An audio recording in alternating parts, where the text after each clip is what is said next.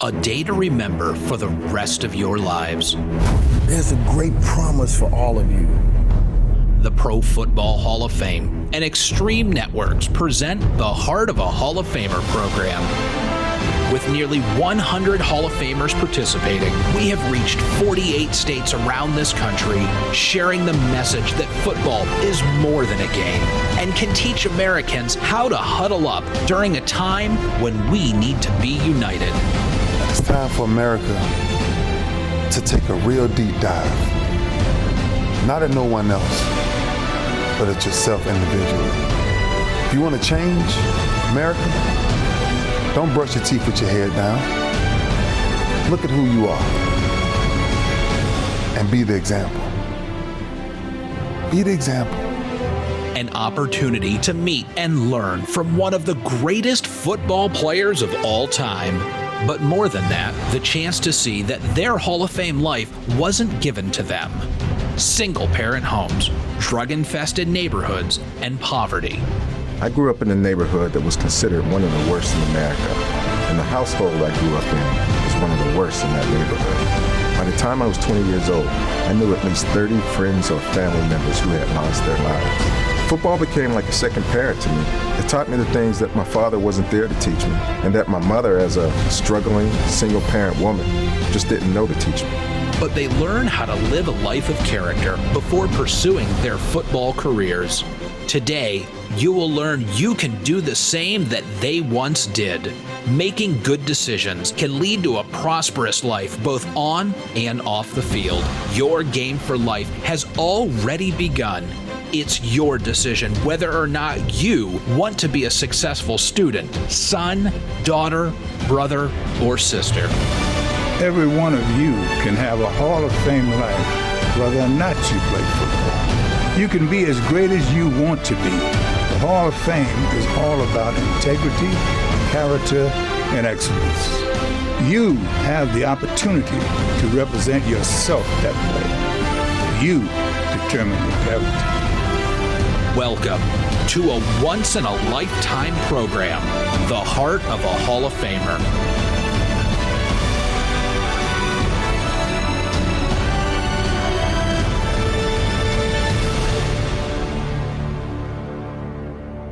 I was 10 years old, I think it was 1962, Jim. You guys played the Detroit Lions on Thanksgiving Day. They call it the Thanksgiving Day Massacre.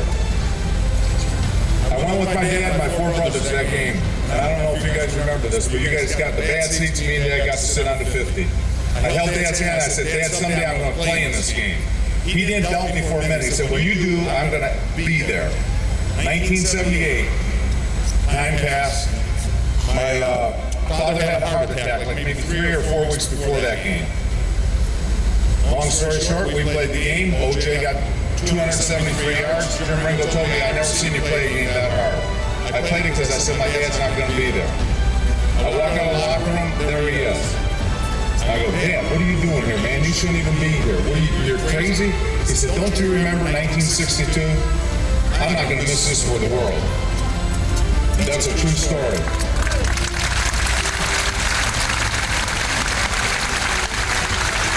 You guys talk about coming back to Canton? Guess what, guys? I'm not going to miss this for the world.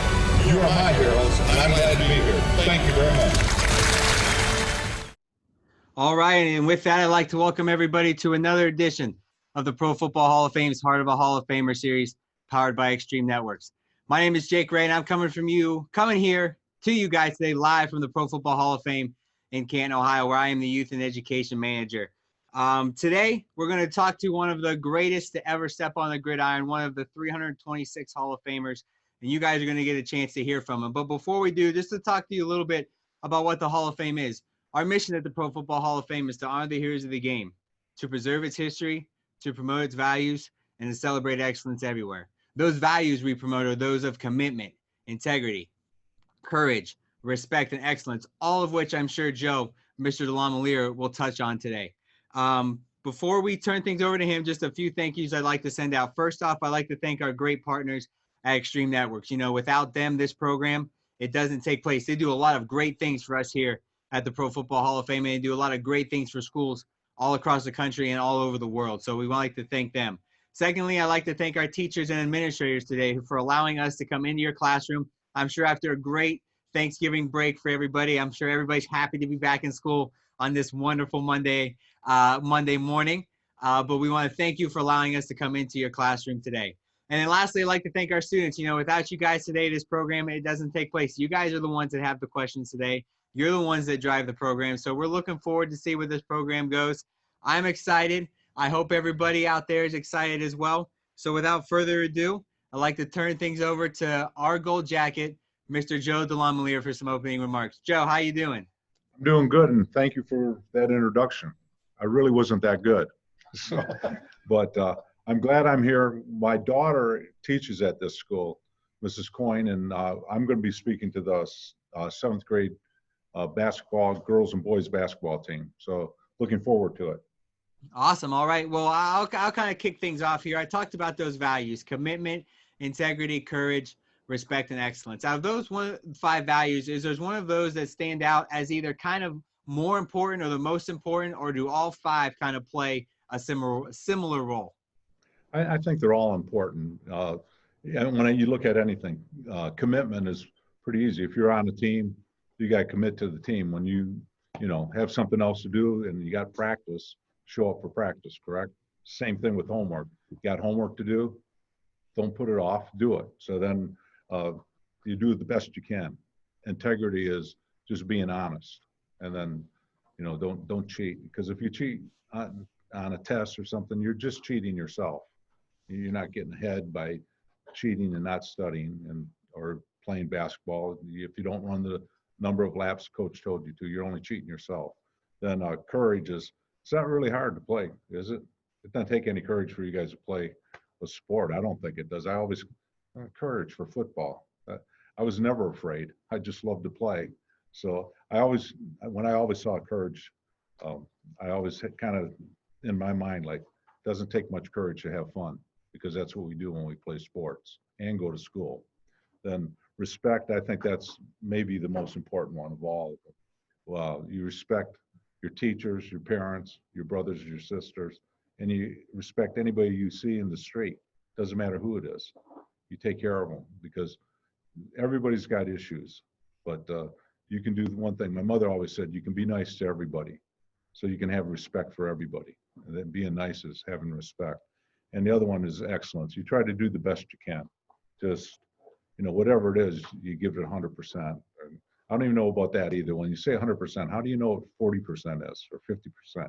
You just do the best you can at every level on anything you do, and you'll be a success. It doesn't matter if you're a teacher, principal, like Mr. Young, and all these people. They've done the best they could in their life. That's why they're at the places they're at, and they're in charge.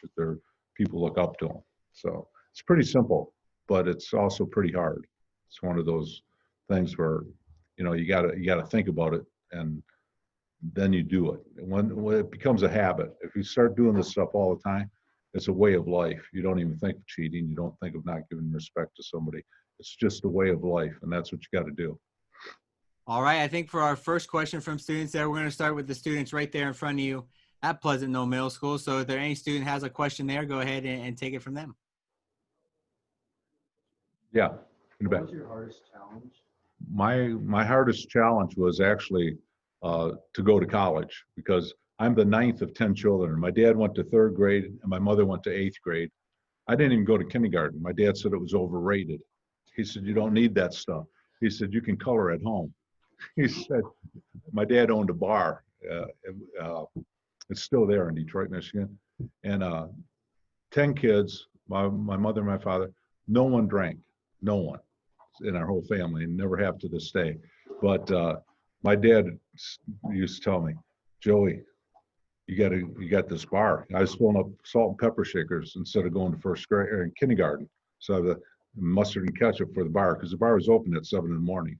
So that was my life.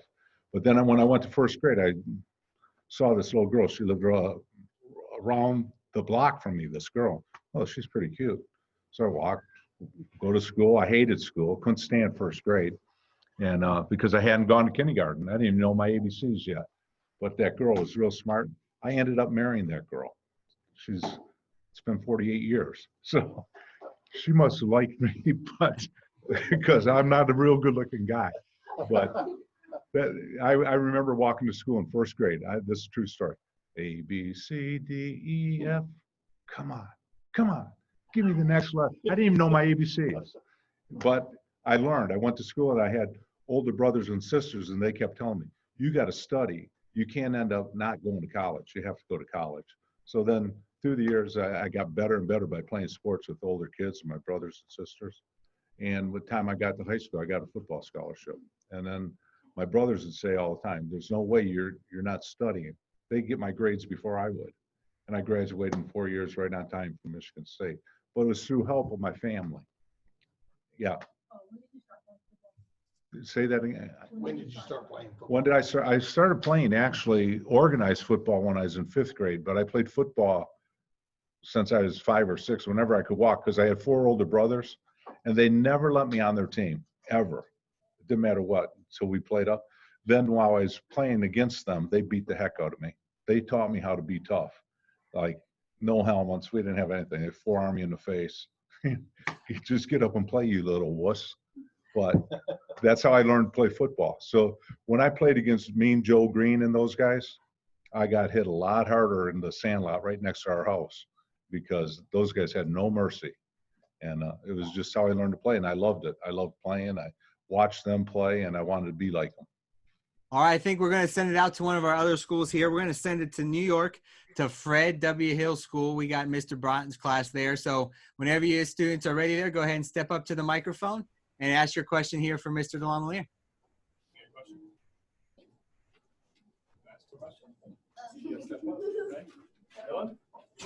All right, they're coming. They're coming.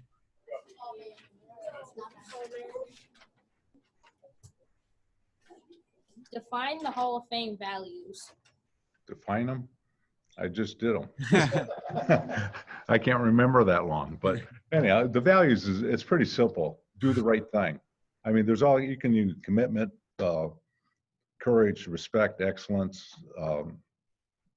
It's all the same. Everything's the same. You just do the best you can. That's the easiest lesson you can learn in life. My mother always had the best saying ever. You can be nice. She'd always say that to us. It doesn't cost you a penny to treat people the right way and be nice to them. And if we all did that in the school, how much easier would it be if there was no bullying and there's, all the things that happen in a school, if you're just trying to be nice to everybody. So that's about as simple as it gets. All right, we're going to keep it in the state of New York. We're going to go out to Greece Olympia High School. We got Miss Hoffer's class there. So whenever your students are ready there, go ahead and ask your question here for Joe D. What made you choose football? Can you repeat that for me? What made you choose football? What made you choose football? Actually, because I got a football scholarship when I was a junior in high school. Schools started calling me and saying they wanted to offer me a scholarship in football. I love baseball. I like baseball more than football, but I didn't get offered a scholarship in baseball, and I had one in football, and I said, well, I'm going to give it a try. And not that I didn't want to. I played every sport. I played football, basketball, and baseball, and I was pretty good in all of them, actually. But football offered me a scholarship, and I didn't want to turn it down. And my first plane ride ever as an adult, as a kid, like high school kid, I went to the Super Bowl when Joe Namath played in that Super Bowl. And I was in Detroit, never been on a plane in my life. Get on a plane, they fly me to Miami. I watch the Super Bowl, and I'm going, well, man, I'm like Forrest Gump. You know who Forrest Gump is?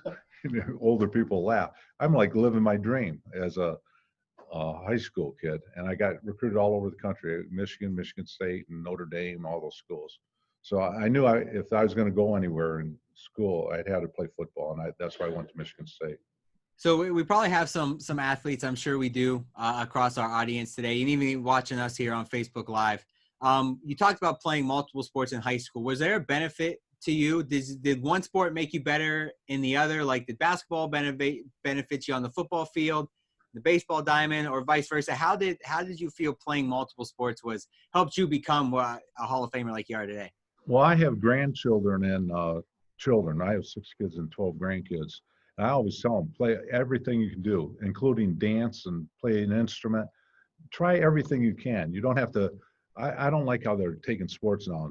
Okay, you're going to have to play select soccer in 6th grade or 7th grade, and you should only concentrate on that sport. Other sports help you. If when I used to play football, I always thought this: I play football, you'd hit all the time. Then right away we go to basketball. Next week, playing basketball. Playing basketball, I'm running up and down the court. How come I'm so sore?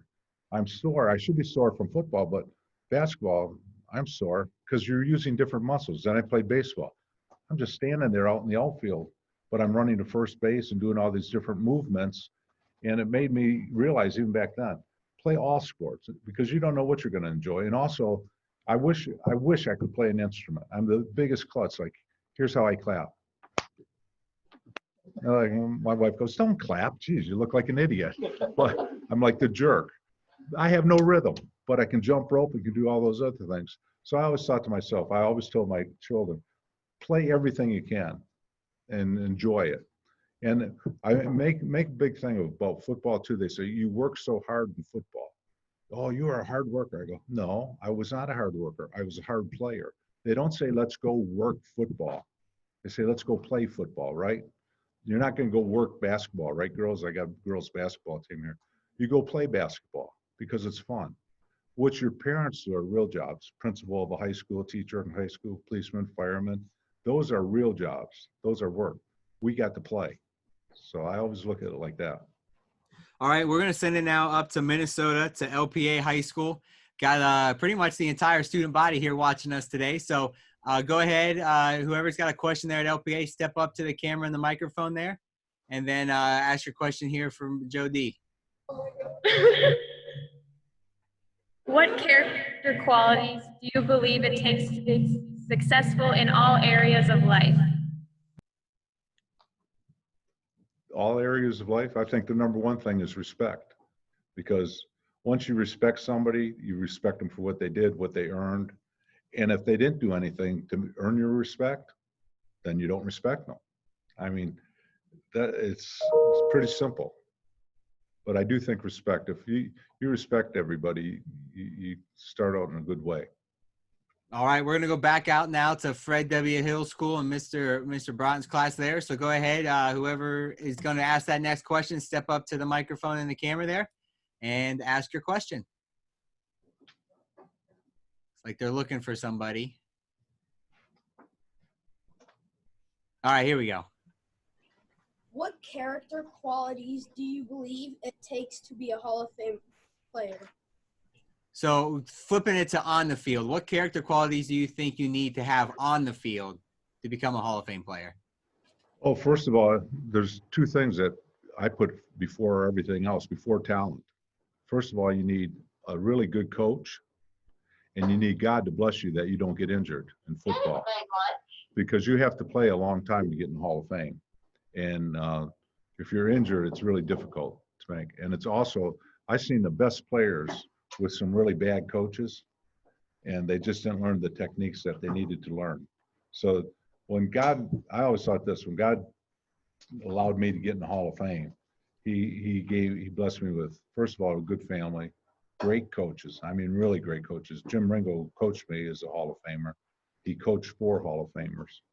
And then the other one is I was never injured. It'd be like you guys going to school every day and you didn't have a headache, or you never had the flu, or you felt great every single day. Like you get up in the morning, hey, I feel great. That's how I felt with football. I never missed a practice. I never had an injury where I couldn't practice. So every day I went to practice feeling great and with great coaches from high school all the way through pro. So there's a lot of luck involved, and people call it blessings, luck, whatever. But that's what happened to me. All right, we're going to go back out to Olympia High School now for our next question. So whenever you're ready, go ahead and ask your question.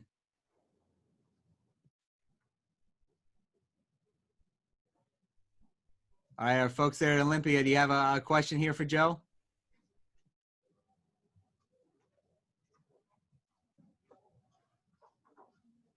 Can't hear you. I can hear him mumbling. All right, looks like they're trying to fix it. Hear us now? All right, now we can hear you. What are some examples of times you've had to persevere through adversity?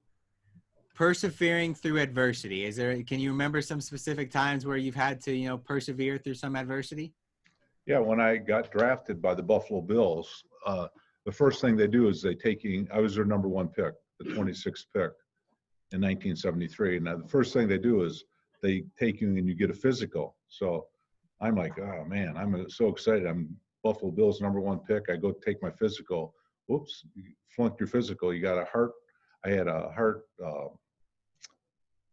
I needed to get a cardiac cath, but it was like a inverted T wave, it was called. And that was a sign of something wrong with your heart. So they said, oh, sorry, you can't play, but we'll pay for your medical if you need it. I can't play. I'm 21 years old. I did this my whole life, even though it was short. 21 years old, they tell you can't play football ever. So we drove home. My wife and I were driving home. I go, now what? She goes, what do you mean, now what? I said, now I can't play football. She goes, I guess God didn't want you to play football. She goes, but what are you going to do? She goes, you can't quit.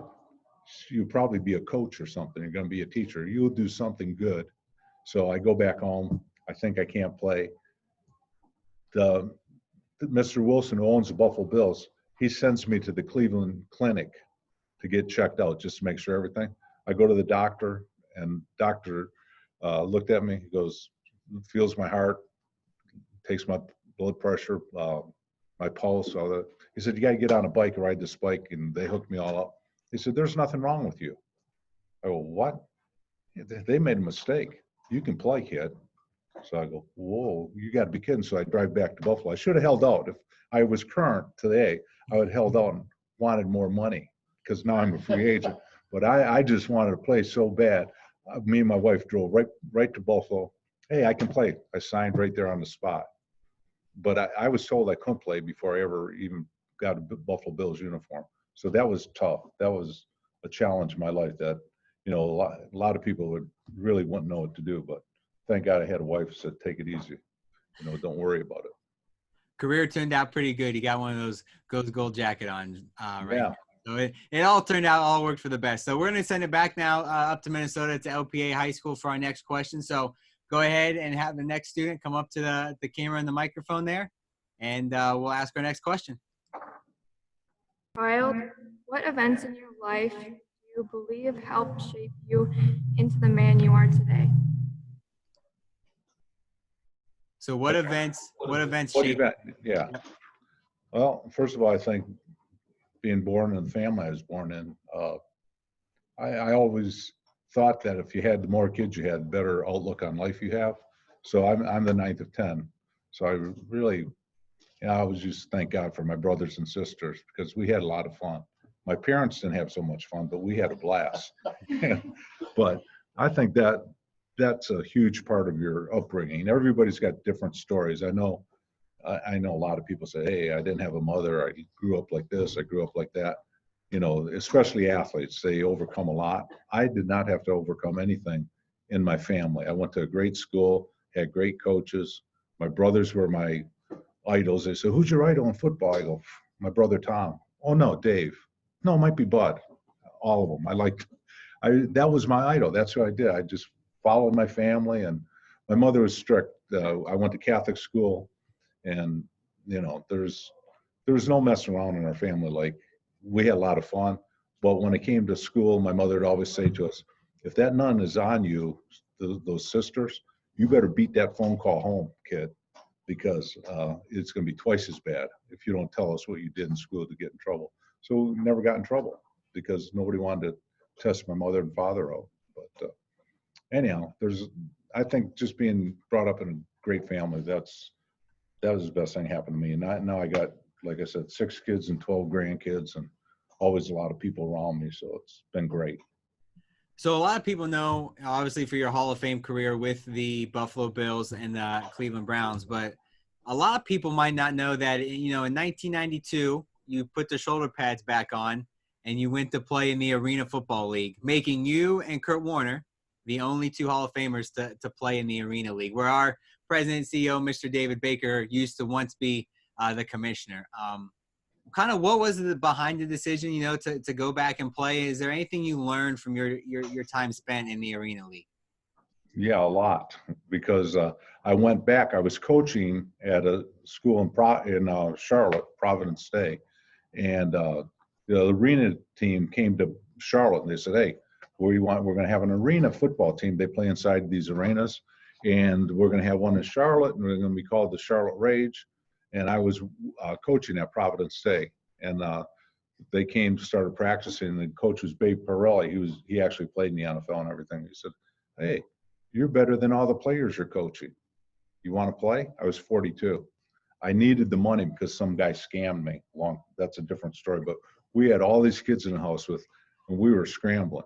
So I said, "Yeah, I'll play. Heck yeah." So I played a couple games with the arena ball because I was coaching. It was out of desperation for financial things. It wasn't that much money they were giving me, but it helped with all those kids. And so I did that, and I did it because I had to. And when it was all over, I look back at it and I go, wow, it was the best thing happened to me in my life. I failed. All these things that on this list, I failed, like financially. I mean, I got conned by a guy. I got wired, and we put the guy in jail. But I lost all of our money. So what do? You got 6 kids, and you going to go home and cry? So my wife said the same thing. Now, when we lost all this money, we knew. She goes, "Well, we're kangaroos." Well, what do you mean we're kangaroos? You can't go backwards. Your tail gets in the way. She goes, "We got to hop forward and see what the heck we can do." So this is one of the hops I took. I played football. Then a couple years later, I got in the Hall of Fame, and everything else kind of changed in my life. But it was through football and through not giving up. That's a real life experience where I really didn't give up when a lot of people would have. But I didn't give up because my wife supported me. So you talk a little bit about, you kind of got that taste of being back in the game. And, when you retire, or you hear a lot of our Gold Jackets talk about, when they left the game, it was kind of a tough transition because, you're used to doing the same thing every day of the week throughout the entire year, entire NFL calendar.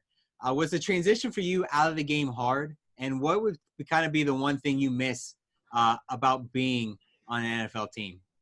The thing I missed most was the camaraderie. Like, these kids are all out here. They all play basketball. It's like you never really have to grow up. I'm 35 years old. I'm playing a game. It's not like – I remember driving to the stadium going to practice. I look at the people's faces coming the other way. They're going to work. I'm going to this practice. Oh, man, thank you, God.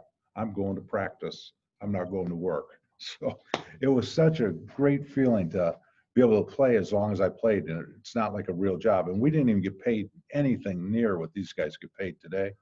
And you just become so appreciative the longer you play, and the people you run into, the people on teams. Everybody's in the same boat you are. Like, if you guys are all playing basketball here, everybody wants to win the game.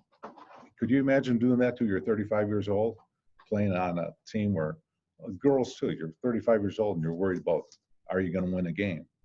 That's a great feeling. Instead of, how am I going to pay my mortgage? Or, I hope I got enough education to get this job. It was just a fun thing to do, is play. I do it for free. I'm serious about that. I used to tell coaches in Buffalo, they'd say, "What do you come to practice so early for?" I'd come in with the rookies, and I'd say, why am I here?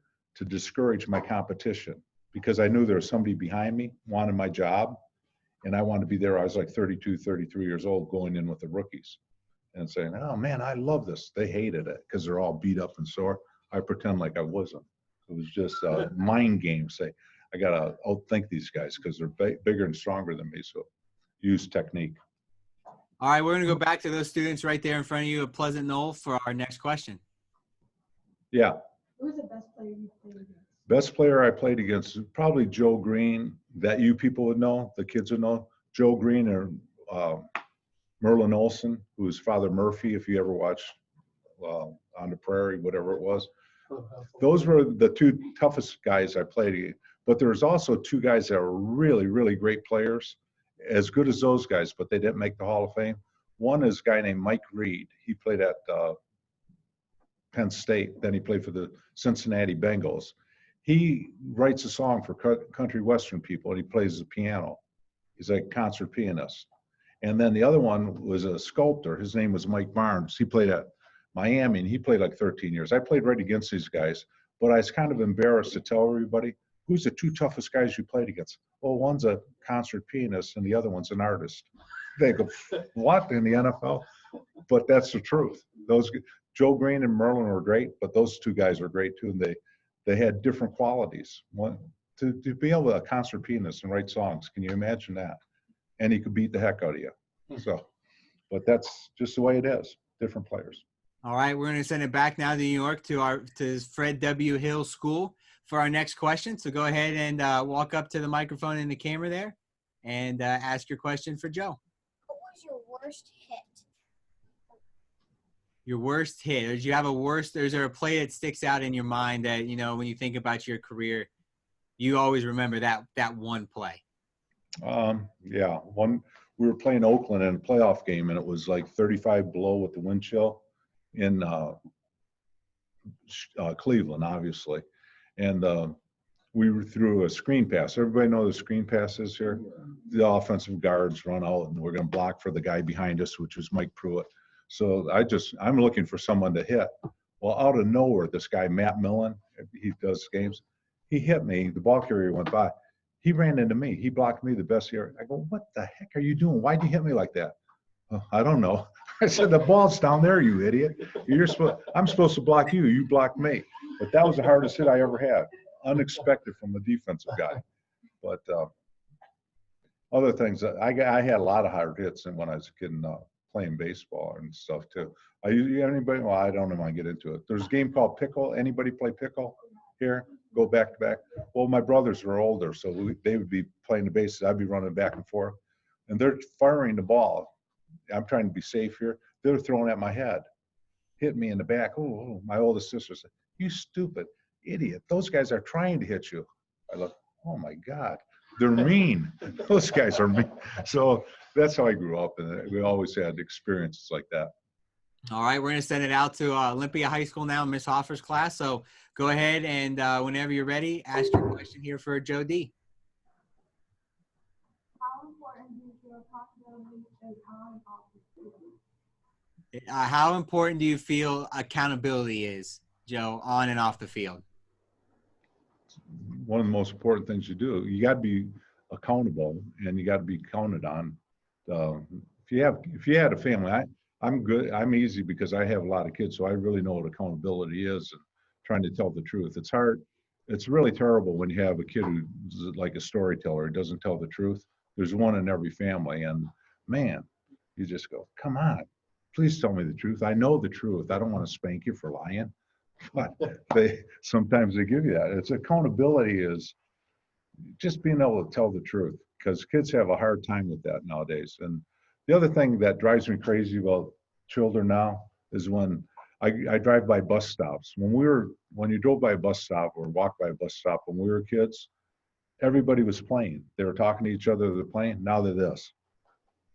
They don't even talk to each other. They're on these text things. Come on, go to a restaurant. I go to Chick-fil-A. Love Chick-fil-A. I sit there, just watch kids sometimes. Girl walks in with her girlfriend.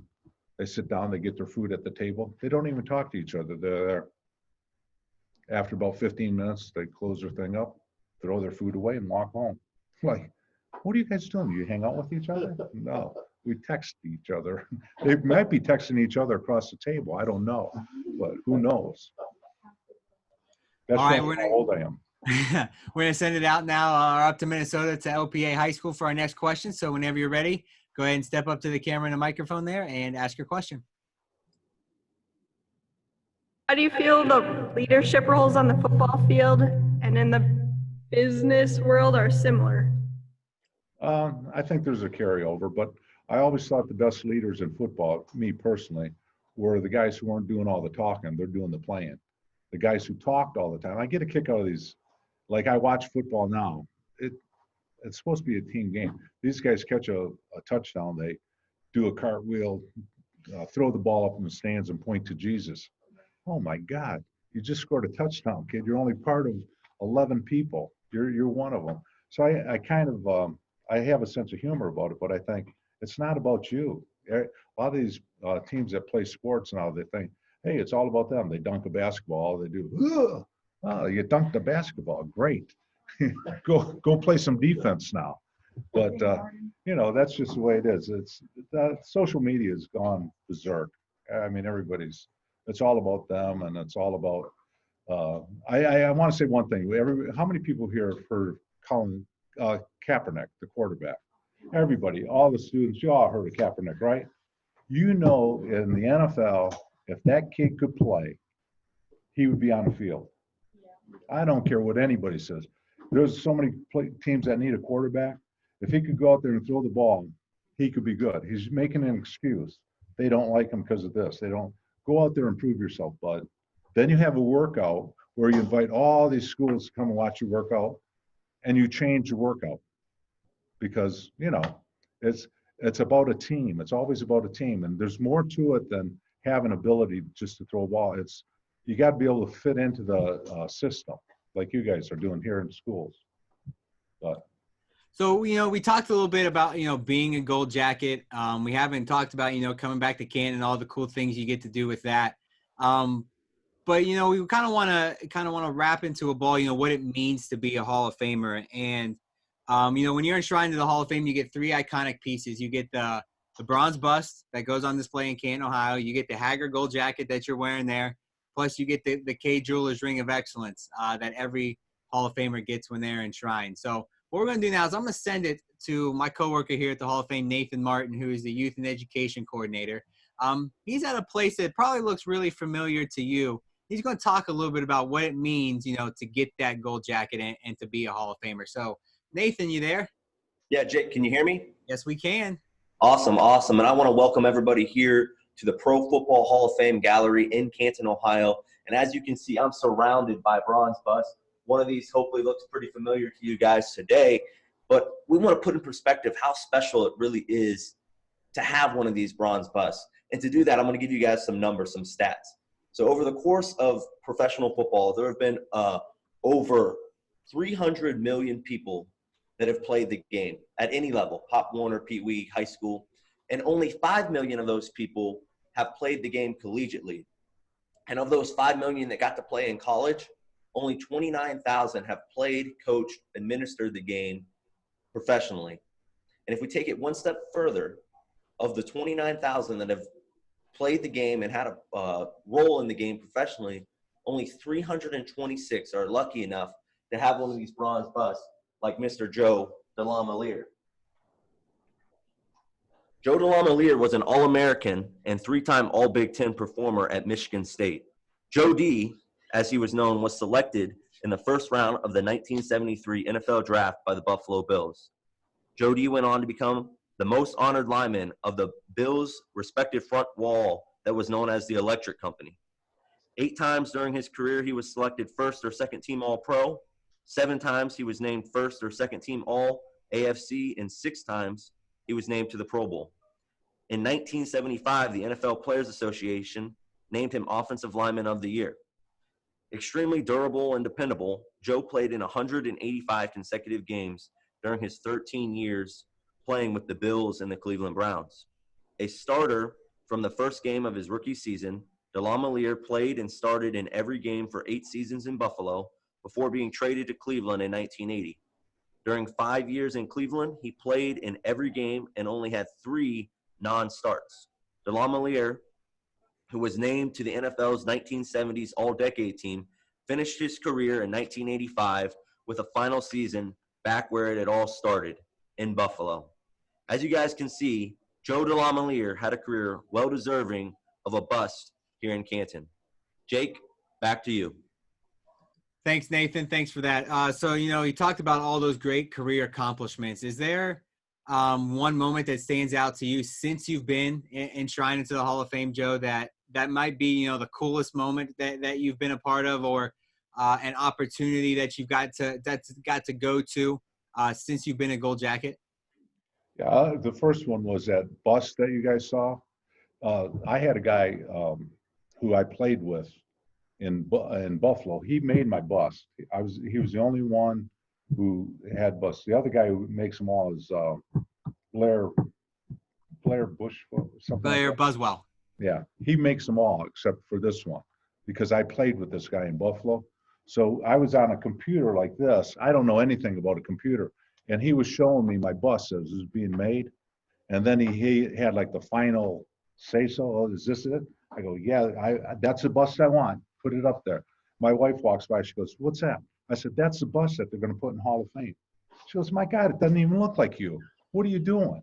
I go, what's the difference? It looks great. I said, when my grandkids walk by that bus, they're going to say, God, Grandpa was a good looking guy. But my wife changed it up, so that's why it looks the way it does. You should have seen that bus that I had made. The guy looked like a movie star. But what was the other question? What kind has been the most exciting or coolest opportunity that you got to be a part of? The best one was the first one I went to, the first induction to the Hall of Fame, because I was being introduced to my heroes. I was a football fanatic, and I got to meet Joe Schmidt, who's was the Detroit Lions middle linebacker, and that's who I wanted to be like. I wanted to be like Joe Schmidt. And to think he played linebacker, I played guard, but I got to meet him, and it was a guy that I really idolized while I was a high school kid and everything. And just to meet the players you played against. One of my best friends is Elvin Buffet. We got in the same class. And when I played against him all the time, I go, man, that guy's a jerk. He was a tough guy. Then we ended up being best friends. So it's kind of crazy. Things happen for reasons you never know why. And when you look back at it, you go, wow. But to meet the guys that I watched playing, that was the best part of it. All right, we're going to throw it back to those students right there in front of you at Pleasant Knoll for our next question. So whoever's got a question, go ahead and ask. Did you ever play against Lawrence Taylor? Play against Notre Dame? Lawrence Taylor. Oh, Lawrence Taylor. Yeah, I did. It's pretty good. But he played on the other side, so I didn't see much of him. But, yeah, he was a great player. Anybody who's in the Hall of Fame, they're really great. So, but he's good. And some of the people you never heard of, probably who aren't in the Hall of Fame, who should be, they're going to try to catch up with it this year. I think they're putting in 20 guys or a total of our centennial class. 20 people, because there's so many guys who should be in. Baseball has 9 players, basketball 5, hockey 6. Football's got 22 on the field, and they only put in 4 or 5 a year. We're way behind. We've got missing a lot of guys who should be in the Hall of Fame. All right. Is there another student there at Pleasant Knoll that has a question? Yeah. What year were you inducted in the Hall of Fame? 2003, I was inducted. That was a big day for our family. Your Mrs. Coyne she's my daughter, of course. And I think they were more excited than I was. They went nuts. So, but it'd be pretty cool to have a dad in the Hall of Fame, I would think. So, but I don't act like a Hall of Famer. My youngest grandson, one of the youngest ones, he's a really good golfer. He could be famous someday. And he wore the electric company's shirt to school one day. And one of the kids said to him, he's only in third or fourth grade. They go, is that your grandpa? He said, yeah. He said, he must be rich. He said, why? He plays football. He said, no, he's not rich. He's a humble man. True story. That's what I want. When I go, I always said this, I keep a daily diary, which my daughter knows, which really helps me remember everything. I've been doing it since 1983. So in this diary today, I'll say, drove to school to Fort Mill, 3 hours, man, what a drag, but it's worth it when you get there. But I write in it every single day. But I wrote things like all sorts of things that I can remember all my children, like when they grew up. It's like, oh man, you guys should start doing it now. But what an experience. Since 1983, I got stuff written down like Mrs. Coyne. Can I give this example? She wanted me to teach her how to drive because I taught driver's ed. So, and she's a twin, so her twin brother was driving with me all the time. So one day she said, I was coaching at Duke at the time. She goes, Dad, how about me? When are you going to teach me to drive? I said, oh, I'll teach you right now. Let's go. So there's a car, we're driving, come to the red light. Should I go now? Go, Allison. Should I turn now? Go. After about 5 minutes, 10 minutes of this, I said, Allison, my God, You got to learn on your own, just like sports, right? I'm not going to be able to shoot it for you when you go down. So I said, from now on, I'm not going to tell you what it is. Let's go back home. So we drive home. There's a left turn one way. Don't go. I go, Allison, go. She takes a left right into one-way traffic, slams on the brakes, hits my head. I got blood coming down. Let's go home. She goes in house, throws the keys down. He's an idiot. What man would tell their 16-year-old girl to take a wrong left turn? And I said, I'm trying to teach her a lesson. So she's a lesson she'll never forget. So I don't think she's ever taken a left turn illegally, ever. But that's the stuff I do. That's why I like football, because you can go home and you can, I'll give you one more example. What it tells you really how much sports is and how much you guys are playing in school, that you're leaders in the school. I twist my ankle really badly, and I limped around the whole week, and we were playing, but I practiced and limped around. And then I was going up the steps. I had 4 kids at the time. The oldest one was 5. My wife goes, look at those kids. Every one of those kids was limping. They're walking around with a limp, because I limped all week. I said to myself, oh my God, it's not what we say, it's what you do that they're going to look at. And so that really hit me forever. I was 26 years old or 27 years old. I said, I'm going to watch what I do in front of kids, especially, because they don't do what you tell them to do. They do what you do. And it's taught me a lesson for life. And same with football. I never wanted to be a guy that would be loafing. So that the guy behind me would say, look at that guy, he's loafing. I wanted them to think I'm doing, and they did think I did it. I did the best I could on every single play. I broke it down that much that every play, it didn't matter what play it was, last play in practice or first play in a football game, I'm doing it at the same speed. So that's what's helped me. All right, we're going to send it back to New York to our Fred W. Hill School participants who are with us today. So whoever's got our next question, feel free to step up to the microphone and ask your question. What was your worst injury? What's your worst injury? My worst injury? I broke this thumb, and it still hurts today. But I broke it like on the first play, and we were playing the Jets. You guys are in New York. Joe got my thumb caught in his face mask. So I just taped it up and put it together. Didn't come out, stayed in the game, and taped it up. And I said, oh, it's pretty good. But from then on, I had a deformed hand. But I didn't miss a play with it. But that was my worst injury. So like I tell you, I'm lucky. I'm very lucky. All right, we're going to send it back to Minnesota to our students there at LPA High School for our next question. So whenever you're ready, step up to the microphone and ask your question. Advice can you give to young people about how to develop their character? What advice would you give to young people about how to develop their character?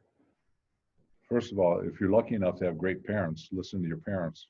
The other thing is listen to your teachers, because they're out here to help you. They're not here. I can't think of one teacher say, oh, there's little Sarah. I'm going to screw her up today, give her the wrong answers, let her misbehave.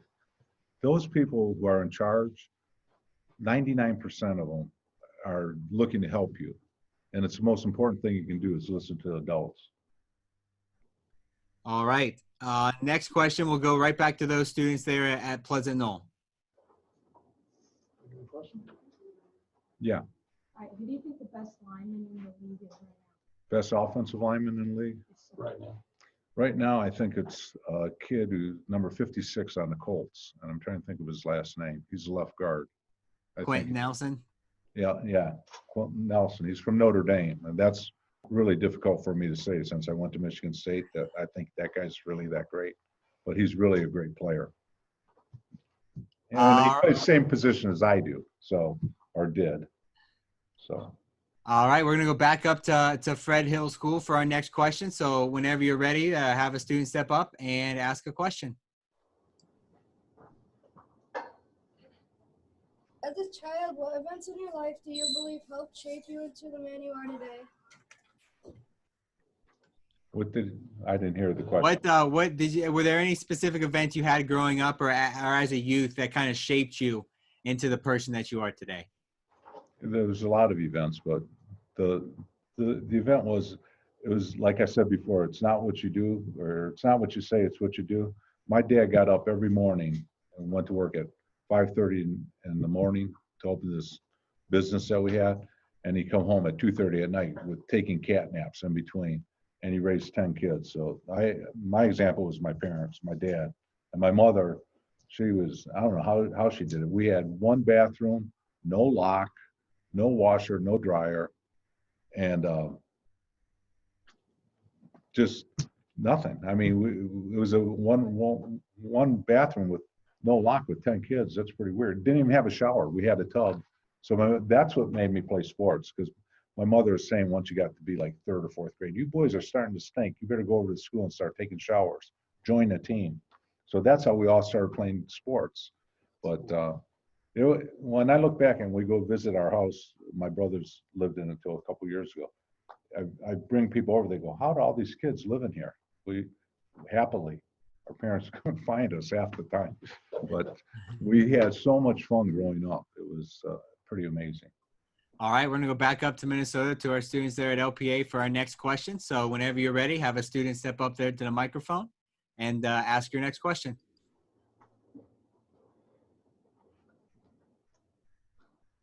Looks like they're looking for somebody.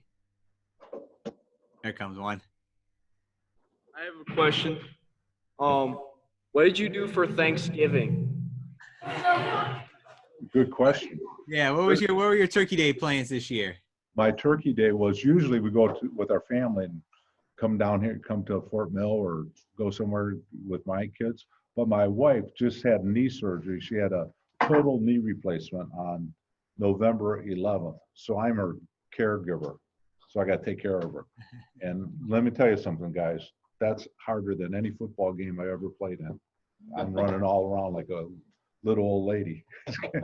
Get this, get that, get this. So she let me come to this thing today because it's like 174 miles from our house.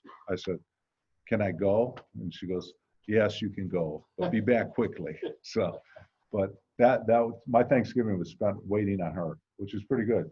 That's 1 year I waited on her, and that's 47 that she waited on me. Pretty good. We got time for a few more here. You've referenced it a few times. The offensive line that you played with in Buffalo was named or nicknamed the Electric Company. How did they get that nickname, or how did you guys get that nickname? And, what did it represent to you guys as a unit? Well, to this day, we're still very close. Two of the guys have passed away, but it became the Electric Company because the kids were watching. Any of these kids here, I'm just taking a little survey, watch the cartoons, the Electric Company? Nobody. It was a cartoon, one girl, very pretty little girl too, but she's so smart watching the Electric Company. But we watched, it was a cartoon, and the PR guy was trying to think of a nickname for the offensive line, and we had O.J. Simpson. They called him the Juice. So the boy was like in 3rd grade. He goes, hey, Dad, I got a great idea. Why don't you call the offensive line of the Buffalo Bills the Electric Company? Because they turned loose the Juice, O.J. Simpson. And that's how it started. A boy in 3rd grade came up with that nickname that's still there today. Awesome. So I think we got time for one more. And the way I like to end this program, we end it pretty much the same way every time, is if you can leave anybody watching today. So all the students we had upwards of 400 students tuned in today, all the people who watched on Facebook Live. What is one piece of advice you want everybody who participated today to take away? Keep your sense of humor and don't believe everything you're told. Because I'm telling you something, people tell you you can't do this and you can't do that. You can do it in your heart and in your mind, and you can be as good as you want to be. All right. With that, we're going to wrap up this installment of the Pro Football Hall of Fame's Heart of a Hall of Famer series, powered by Extreme Networks. Mr. DeLamielleure, from myself, our team here at the Hall of Fame, our youth and education team, all the way up to George Veras, David Baker, we want to thank you for participating in this day, taking time out of your busy schedule to participate and take part in this program today. We greatly appreciate it.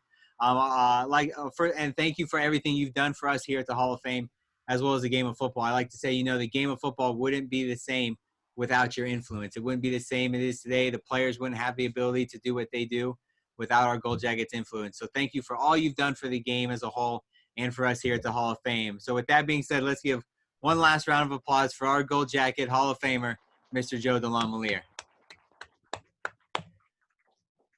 All right. Again, we hope to see you. We look forward to you coming back here in August, Miss Joe D. So we look forward to seeing you then. But until then, have a great rest of your day. And all the students, we hope to see you one day here in Canton, Ohio. See you, everybody. Thank you. Thank you.